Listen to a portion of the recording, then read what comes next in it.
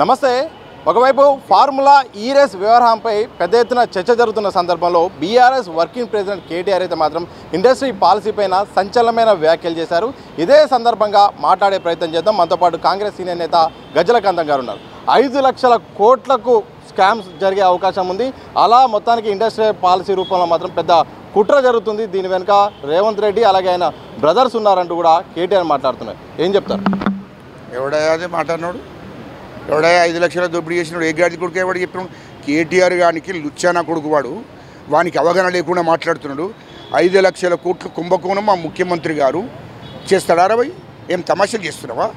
ఆరోపణలు చేయడానికి అది ఉండాలరా? మీ గవర్నమెంట్లుండే 10 ఏళ్ళు కేసీఆర్ ముఖ్యమంత్రిగా ఉన్నప్పుడు, వీడు మంత్రిగా ఉన్నప్పుడు ఈ రాష్ట్రంలో 25 లక్షల ఎకరాల భూమిని, సదాబైనాం పేరు మీద ఉన్న భూములను మొత్తం గుంజుకున్నారు.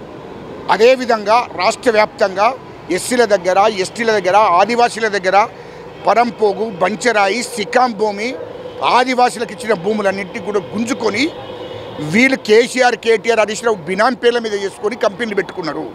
ఇండస్ట్రీ పేర్ల మీద తీసుకొని ఇండస్ట్రీలు పెట్టుకున్నారు. అదేవిధంగా పరిశ్రమలు పేరు మీద తీసుకొని పరిశ్రమలు పెట్టుకున్నారు.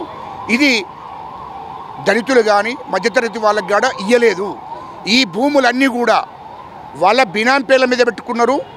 ఇంకా వేరే వాళ్ళకు కూడా బడాబాబులకు అమ్మేసుకున్నారు. 100 కోట్లు 1000 కోట్లు తీసుకొని ఈ తెలంగాణ రాష్ట్రంలో 25 లక్షల ఎకరాల భూమిని వాళ్ళు గుంజుకొని సాదాబైనాం పేరు మీద ఉన్న భూములను, అదేవిధంగా ఎస్సీ ఎస్టీల దగ్గర ఉన్న భూములను, ఆదివాసీల దగ్గర ఉన్న భూములను అన్నింటినీ కూడా బంచరాయి, సికాం, అదే సీలింగ్ భూమి, అదేవిధంగా పరంపోగు భూములను అన్నిటి కూడా గుంజుకొని వీళ్ళు కంపెనీల పేరు మీద అమ్ముకున్నారు, ఇండస్ట్రీల పేరు మీద అమ్ముకున్నారు, పరిశ్రమల పేరు మీద అమ్ముకున్నారు.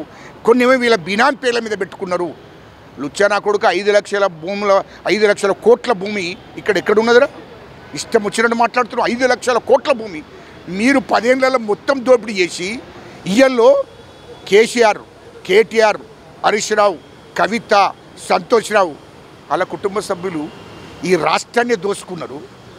మరి మా ముఖ్యమంత్రి రేవంత్ రెడ్డి గారు ఒక్కడే ముఖ్యమంత్రి. వాళ్ళ తమ్ముల పేర్లు కూడా ప్రజలకు తెలియదు ఇప్పటివరకు. వాళ్ళ తమ్ముళ్ళు ఎక్కడుంటారో కూడా తెలియదు. వాళ్ళకి ఎమ్మెల్సీ కాదు, ఎంపీ కాదు, ఒక నామినేటెడ్ పోస్టులు కూడా లేవు వాళ్ళకు. అసలు వాళ్ళు బయటికే వస్తలేరు. ఒక్క ముఖ్యమంత్రి గారి కుటుంబంలో, మా రేవంత్ రెడ్డి గారి కుటుంబంలో ఎవరికైనా పోస్టు ఉన్నదా? అది ప్రూఫీరా కేటీఆర్ను? అది ఒకటి ప్రూఫీ.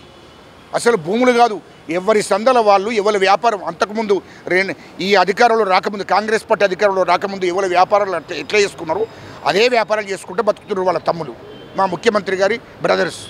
మా ముఖ్యమంత్రి గారు కూడా గతంలో ఏ బిజినెస్ చేసుకున్నాడో గదే బిజినెస్ మీద ఆయన జీవిస్తున్నాడు, బతుకుతున్నాడు. ముఖ్యమంత్రిగా ఉండి కూడా ఇంట్లో ఉండి ఆయన సొంత భోజనం చేసి తెలంగాణ ప్రజలను పరిపాలిస్తున్నాడు. తెలంగాణ ప్రజలకు ఇచ్చిన హామీలన్నీ నెరవేర్చడం కోసం ఆయన కష్టపడుతున్నాడు. అదేవిధంగా వీళ్ళు 3 లక్షల కోట్ల రూపాయలు దోపిడీ చేశారు. కేసీఆర్ అంటాడు, హరీష్ రావు అన్నాడు. 3 లక్షల కోట్ల దోపిడీ చేస్తే ఆ దోపిడీ మొత్తం తెలంగాణ రాష్ట్రాన్ని దోసుకున్నారు. ఖచ్చితంగా వాళ్ళ మీద చట్టపరమైన చర్య తీసుకోవాల్సిందే కదా. కేటీఆర్ అంటాడు ఈ కార్ రేసింగ్ అనేది జరిగింది. ఈ కార్ రేసింగ్లో 100 కోట్లు పెట్టాడు.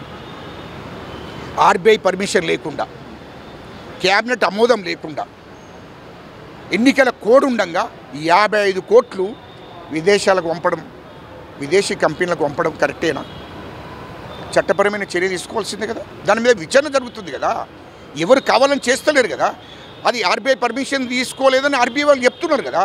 క్యాబినెట్ ఆమోదం చేయలేదని క్యాబినెట్లో ఆల్రెడీ తెలుస్తున్నది కదా. క్యాబినెట్ ఆమోదం లేకుండా ఇచ్చిరని చెప్పాడు కదా వాడే. అదేవిధంగా ఎన్నికల కోడ్ ఉండగా విదేశాల కంపెనీలకు డబ్బులు పంపిస్తే ఎట్లా ఊకుంటారు అని నేను అంటున్నా. వానికి రాజ్యాంగం అంటే భయం లేదు, చట్టాలంటే భయం లేదు. అటువంటి దుర్మార్గులు 10 సంవత్సరాలు ఈ రాష్ట్రాన్ని పరిపాలించి రాష్ట్రాన్ని నాశనం చేసిండ్రు. 55 కోట్లు పంపిర్రు. దాని మీద ఈడీ విచారణ కూడా వస్తుంది, సిబిఐ విచారణ కూడా వస్తుంది. మా ముఖ్యమంత్రి గారు ఏమో చెర్రపల్లి జైలు అంటాడు. చెర్రపల్లి జైలు కాదు, వాడు టీఆర్ జైలుకు పోతాడు. కేటీఆర్ అంటాడు. ఏం తమాషలా? టీఆర్ జైలుకు పోతాడు అంటున్నా. ఊసాలు లెక్క పెడతాడు నా కొడుకు. తమాషాలు గట్ట వేస్తున్నాడా?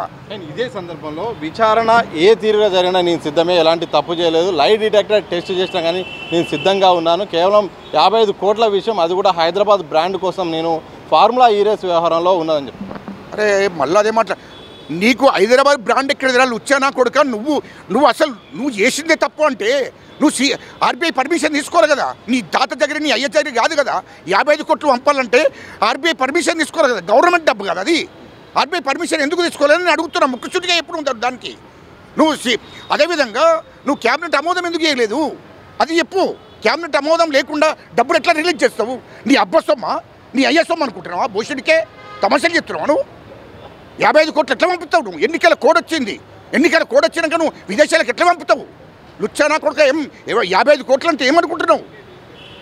అది ప్రభుత్వ ఖజానా డబ్బు, ప్రభుత్వ డబ్బు, ప్రజల డబ్బు. నువ్వు ఇష్టం వచ్చినట్టు పంపితే నీ తాత జాగిరా? భూషణికే తమాషలు చేస్తున్నావు. దాని మీద చట్టపరమైన చర్య తీసుకోవద్దా? ఒక చిన్న తరగతోడు ఒక ఎస్సీ కానీ ఒక ఎస్టీ కానీ బీసీ కానీ ఎవరన్నా ఒక 20 లక్షలు మిస్యూజ్ చెప్తే వారి మీద చట్టపరమైన చర్య తీసుకుంటున్నారు. ఒక ₹1 కోటి మధ్యతరగతోడు చేస్తే వారి మీద చట్టపరమైన చర్య తీసుకుంటున్నారు. నువ్వు దొరవు కాబట్ట అంటే నువ్వు ఎన్ని రాష్ట్రాన్ని దోషేసినా రాష్ట్ర డబ్బును ఎంత మింగినా ఊకుండాలా? తమాషలు అది.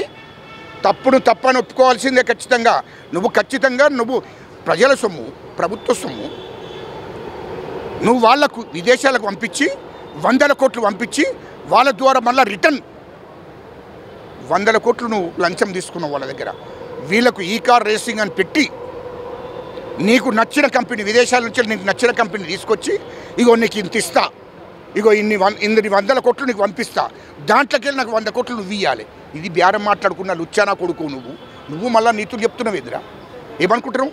కాళేశ్వరం ప్రాజెక్టులో నీ అయ్య 1,00,000 కోట్లు దోసుకున్నాడు. ఎవడబ్బస్తో మనం దోసుకున్నారా భయ్ చెప్పు? అన్ని శాఖలలో దోపిడీ జరిగింది. అన్ని శాఖల మీద విచారణ జరుగుతుంది. ప్రభుత్వ శాఖలు ఆనాడు ముఖ్యమంత్రి కేసీఆర్ ఉన్నప్పుడు, కేటీఆర్ మంత్రిగా ఉన్నప్పుడు అన్ని శాఖలలో దోపిడీ జరిగింది. ఇప్పుడు ఇంకా గొర్రెల స్కామ్ ఉంది. అన్నింటి మీద విచారణ జరుగుతుంది. ఎక్కడి నుండి వచ్చింది మీ దగ్గర? నేను ఒకటే అడుగుతున్నా, మీకు ఈ డబ్బంతా ఎక్కడి నుండి వచ్చింది? అమెరికాలో పెట్టిన డబ్బు ఎక్కడి నుంచి వచ్చింది? దుబాయ్లో పెట్టిన డబ్బు ఎక్కడి నుంచి వచ్చింది? సింగపూర్లో పెట్టిన డబ్బు ఎక్కడి నుంచి వచ్చింది? ఇవన్నీ లండన్లో పెట్టిన డబ్బు ఎక్కడి నుండి వచ్చింది? ఇవన్నీ ఎక్కడి నుండి వచ్చినాయి? అది చెప్పండి ఫస్ట్ ప్రజలకు. అది చెప్పినాక ప్రజలకు చెప్పండి. మాకు కాదు చెప్పండి, ప్రజలకు చెప్పు.